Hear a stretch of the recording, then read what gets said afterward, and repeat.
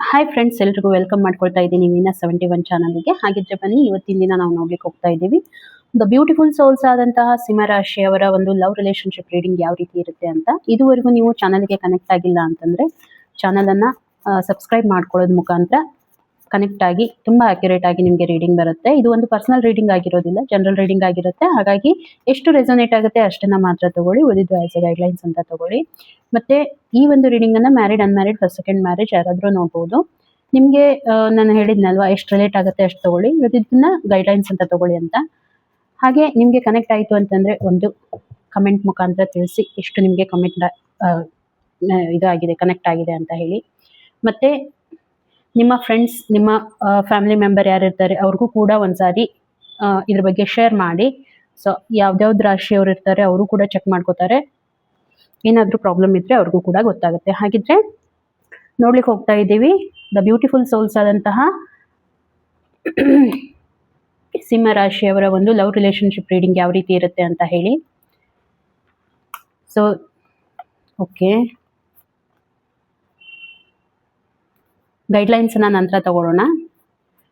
So first of all, ನಾನಿಲ್ಲಿ ನೋಡ್ತಾ ಇರುವಂಥದ್ದು ತುಂಬ ಲೈಫನ್ನು ಎಂಜಾಯ್ ಮಾಡ್ತಾ ಇದ್ದೀರಾ ಫ್ಯಾಮಿಲಿ ಜೊತೆಗೆ, ನಿಮ್ಮ ಫ್ರೆಂಡ್ಸ್ ಝೋನಲ್ಲಿ ನಿಮ್ಮ ಒಂದು ಅಚೀವ್ಮೆಂಟನ್ನು ಸೆಲೆಬ್ರೇಷನ್ ಮಾಡ್ತಾ ಇದ್ದೀರಾ ಅಂತ ಹೇಳಿ ನನಗೆ ಅನ್ನಿಸ್ತಾ ಇದೆ. ಹ್ಯಾಪಿ ಮೂಡಲ್ಲಿ ಇದ್ದೀರಾ. ಏನು ನಿಮಗೆ ನೋಡಿ, ಇಲ್ಲಿ ನಾನು ಹೇಳ್ತಾ ಇರುವಂಥದ್ದು ನಿಮ್ಮ ಜಾಬಲ್ಲಿ ಏನೋ ಇನ್ಕ್ರಿಮೆಂಟ್ ಆಗಿರಬೇಕು, ಅಥವಾ ನಿಮ್ಮ ಲೈಫಲ್ಲಿ ಏನೋ ಒಂದು ಸೆಲೆಬ್ರೇಷನ್ ಮೂಮೆಂಟ್ ಬಂದಿದೆ. ಆ ಒಂದು ಸೆಲೆಬ್ರೇಷನನ್ನು ನಿಮ್ಮ ಫ್ರೆಂಡ್ಸ್ ಝೋನಲ್ಲಿ ಶೇರಿಂಗ್ ಮಾಡ್ತಾ ಇದ್ದೀರಾ. ಅಷ್ಟೇ ಅಲ್ಲ, ನಿಮ್ಮ ಫ್ರೆಂಡ್ಸ್ ಜೊತೆಗೆ ನಿಮ್ಮದು ಒಂದು ಗ್ಯಾದರಿಂಗ್ ಆಗ್ತಾ ಇದೆ ಅಂತ ಕೂಡ ನಾನು ಇಲ್ಲಿ ನೋಡ್ತಾ ಇರುವಂಥದ್ದು. ತುಂಬ ಹ್ಯಾಪಿಯಾಗಿದ್ದೀರಾ, ಲೈಫನ್ನು ಎಂಜಾಯ್ ಮಾಡ್ತಾ ಇದ್ದೀರಾ, ಶೇರಿಂಗ್ ಕೇರಿಂಗ್ ಇದೆ. ಓಕೆ, ನೇಚರ್ಗೆ ಕನೆಕ್ಟೆಡ್ ಆಗಿದ್ದೀರಾ. ಸಿಂಹ ರಾಶಿಯವರ ಬರುವಂಥ ದಿನಗಳು ನಾನು ಹೇಳ್ತಾ ಇದ್ದೀನಿ. ಸೊ ಅಪ್ರಾಕ್ಸ್ ನಿಮಗೆ 4th ಏಪ್ರಿಲಿಂದ 10th ಏಪ್ರಿಲ್ವರೆಗೂ ಈ ಒಂದು ರೀಡಿಂಗ್ ಇರುತ್ತೆ. 4th ಏಪ್ರಿಲಿಂದ 10th ಏಪ್ರಿಲ್ವರೆಗೂ. ಓಕೆ, ಅವರ ಒಂದು ಲವ್ ರಿಲೇಶನ್ಶಿಪ್ ರೀಡಿಂಗನ್ನು ನಾನು ಹೇಳ್ತಾ ಇರುವಂಥದ್ದು. ಓಕೆ, ಇನ್ನು ನಾನು ನಿಮ್ಮ ಫೀಲಿಂಗ್ಸ್ ನಿಮ್ಮ ಪಾರ್ಟ್ನರ್ ಬಗ್ಗೆ ಯಾವ ರೀತಿ ಇದೆ ಅಂತ ಹೇಳಿ ನೋಡೋಣ. ನಿಮ್ಮ ಫೀಲಿಂಗ್ಸ್ ಅಂತಂದರೆ ನೋಡಿ, ಚೆನ್ನಾಗಿದೆ. ಆ ಪರಿ ಏನು ನನಗೆ ಇಲ್ಲಿ ತೊಂದರೆ ಅಂತ ಅನ್ನಿಸ್ತಾ ಇಲ್ಲ. ಆದರೆ ಏನೋ ಒಂದು ನಿಮಗೆ ಸ್ವಲ್ಪ ಅಡಿಕ್ಷನ್ ಕಡೆ ಹೋಗ್ತಾ ಇದ್ದೀರೇನೋ ಅಂತ ನನಗೆ ಫೀಲ್ ಆಗ್ತಾ ಇರುವಂಥದ್ದು.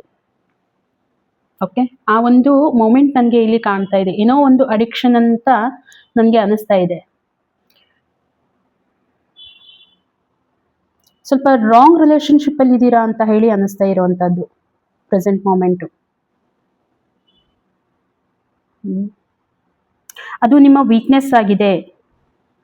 ನಿಮ್ಮ ಫೀಲಿಂಗ್ ಏನಂತಂದ್ರೆ, ಈ ಒಂದು ರಿಲೇಶನ್ಶಿಪ್ ಏನಿದೆ ನೋಡಿ, ಅದು ನಿಮಗೆ ವೀಕ್ನೆಸ್ ಅಂತ ಅನ್ನಿಸ್ತಾ ಇದೆ.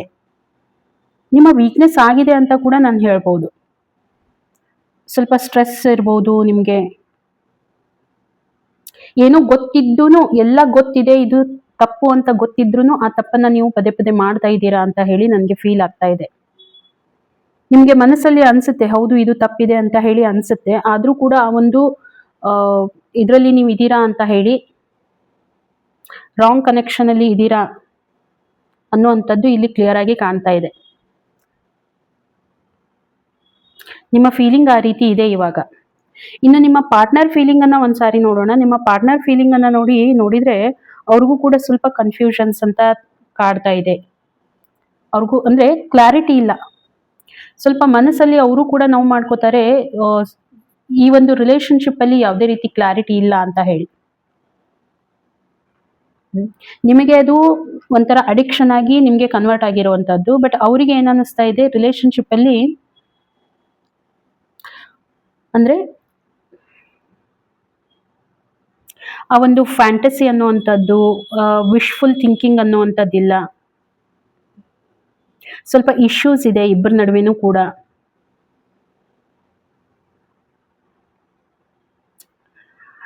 ಪ್ರೋ ಆಕ್ಟಿವ್ ಆಗಿ ಇಬ್ರು ಕೂಡ, ಅಂದ್ರೆ ಅವರು ಕೂಡ ಪ್ರೋ ಆಕ್ಟಿವ್ ಆಗಿ ಯಾವುದೇ ರೀತಿ ಇದರಲ್ಲಿ ಮೂವ್ ಆಗಬೇಕು, ಇದರಲ್ಲಿ ಏನಾದ್ರೂ ಒಂದು ನಿಮ್ಮಿಬ್ಬರ ನಡುವೆ ಅಂಡರ್ಸ್ಟ್ಯಾಂಡಿಂಗ್ ಬಿಲ್ಡ್ ಮಾಡಬೇಕು ಅನ್ನುವಂಥದ್ದು ಅವ್ರಿಗೂ ಕೂಡ ಪ್ರೋ ಆಕ್ಟಿವ್ ಆಗಿ ಅವರು ಕೂಡ ಥಿಂಕ್ ಮಾಡ್ತಾ ಇಲ್ಲ.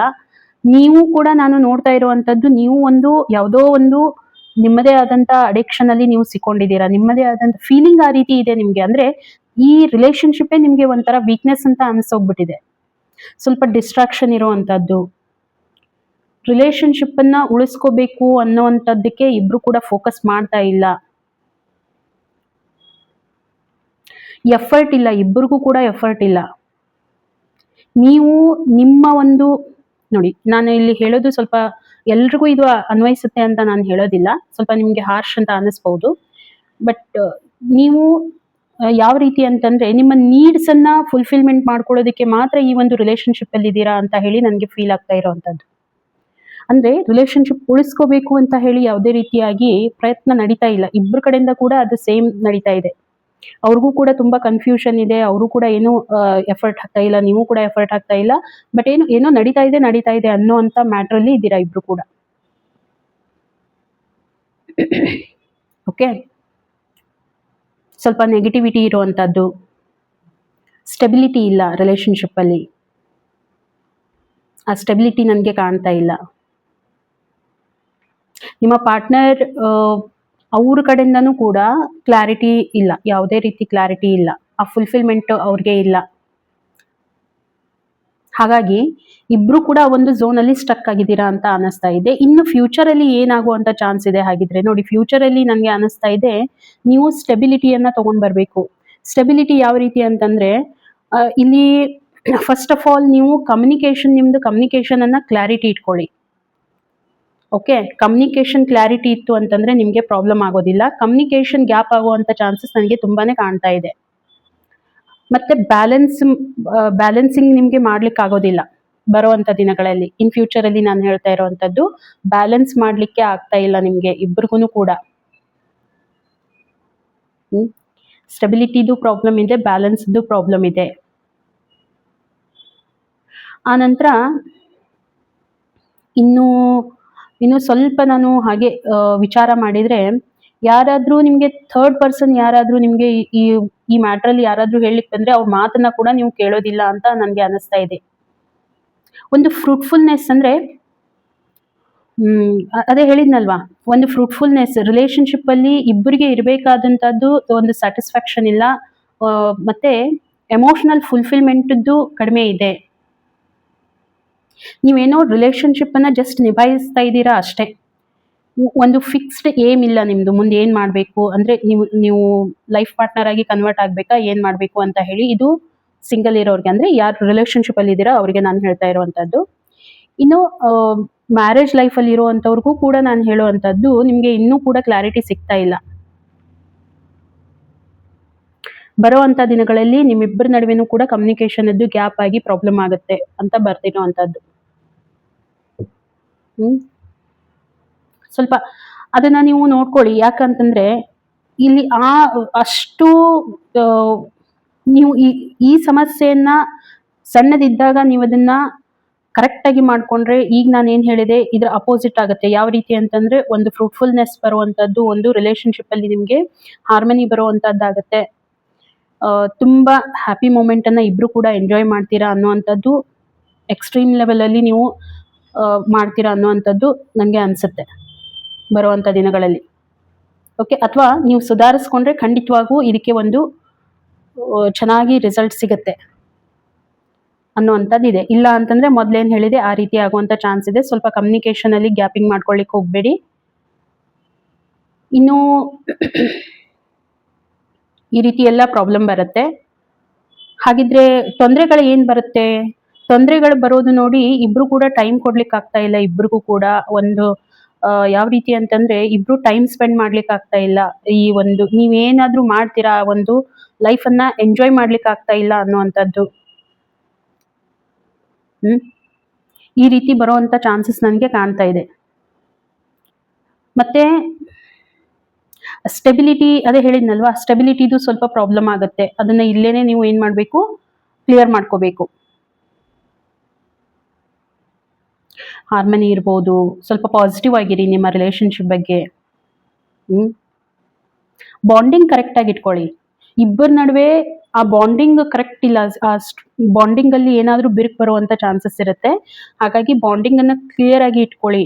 ಯಾವುದು ಮುಚ್ಚುಮರೆ ಇಡೋದು ಬೇಡ ನಿಮ್ಮ ರಿಲೇಶನ್ಶಿಪ್ ಅಲ್ಲಿ.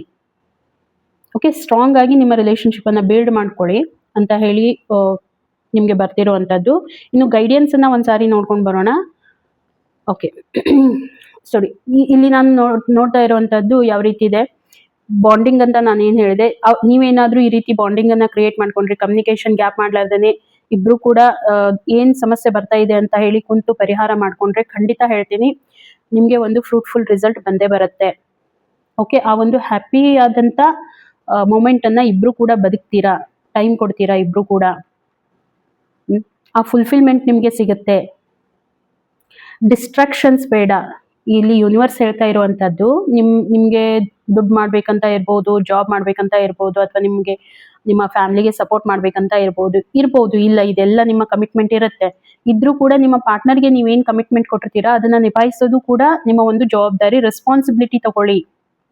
ರೆಸ್ಪಾನ್ಸಿಬಿಲಿಟಿ ತಗೊಂಡು ನೀವು ಎಷ್ಟು ಮೂವ್ ಆಗ್ತೀರಾ ಅಷ್ಟು ಪ್ಯೂರ್ ಹಾರ್ಟೆಡ್ ಆಗಿರಿ. ಯಾವುದು ಮುಚ್ಚುಮರೆ ಬೇಡ. ಇಬ್ಬರ ನಡುವೆನೂ ಕೂಡ ನೆಗೆಟಿವಿಟಿ ಬೇಡ, ಮುಚ್ಚುಮರೆ ಬೇಡ. ಗ್ರೌಂಡೆಡ್ ಆಗಿರಿ, ನ್ಯಾಚುರಲ್ ಆಗಿರಿ, ಸ್ಟೆಬಿಲಿಟಿ ತಗೊಂಡ್ ಬನ್ನಿ ಅನ್ನುವಂಥದ್ದು ನಿಮ್ಗೆ ಯೂನಿವರ್ಸ್ ಗೈಡೆನ್ಸ್ ಹೇಳ್ತಾ ಇರುವಂತದ್ದು. ಓಕೆ, ಸೊ ಈ ಒಂದು ರೀಡಿಂಗ್ ಸಿಂಹ ರಾಶಿಯವರಿಗೆ ಬರುವಂತ ದಿನಗಳು 4th ಏಪ್ರಿಲ್ ಇಂದ 10th ಏಪ್ರಿಲ್ ವರೆಗೂ ಇರುತ್ತೆ. ಹಾಗಾಗಿ ರೀಡಿಂಗ್ ನಿಮ್ಗೆ ಹೇಗೆ ಅನಿಸ್ತು ಖಂಡಿತ ನನಗೆ ಒಂದು ಕಮೆಂಟ್ ಅಲ್ಲಿ ತಿಳಿಸಿ. ಇಷ್ಟ ಆಗಿದ್ರೆ ಒಂದು ಲೈಕ್ ಕೊಡಿ ಅಂತ ಹೇಳ್ತಾ ಸಿಗೋಣ ಇನ್ನೊಂದು ವಿಡಿಯೋದಲ್ಲಿ. ಅಲ್ಲಿವರೆಗೂ ಎಲ್ರಿಗೂ ಕೂಡ ಥ್ಯಾಂಕ್ ಯು.